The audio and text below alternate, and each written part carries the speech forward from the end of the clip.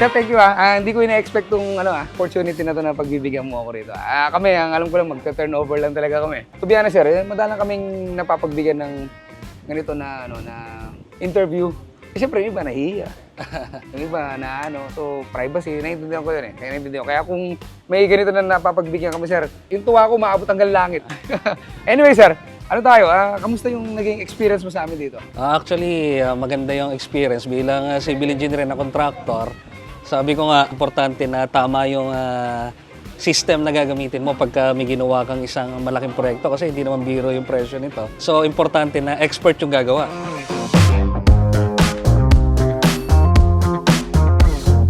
Wala akong nakitang flaws doon sa gawa nyo, maliban sa talagang magaling yung team nyo. Hindi tama na susugal ka sa isang bagay na hindi mo alam. Dapat humanap ka ng eksperto na gagawa. Tama.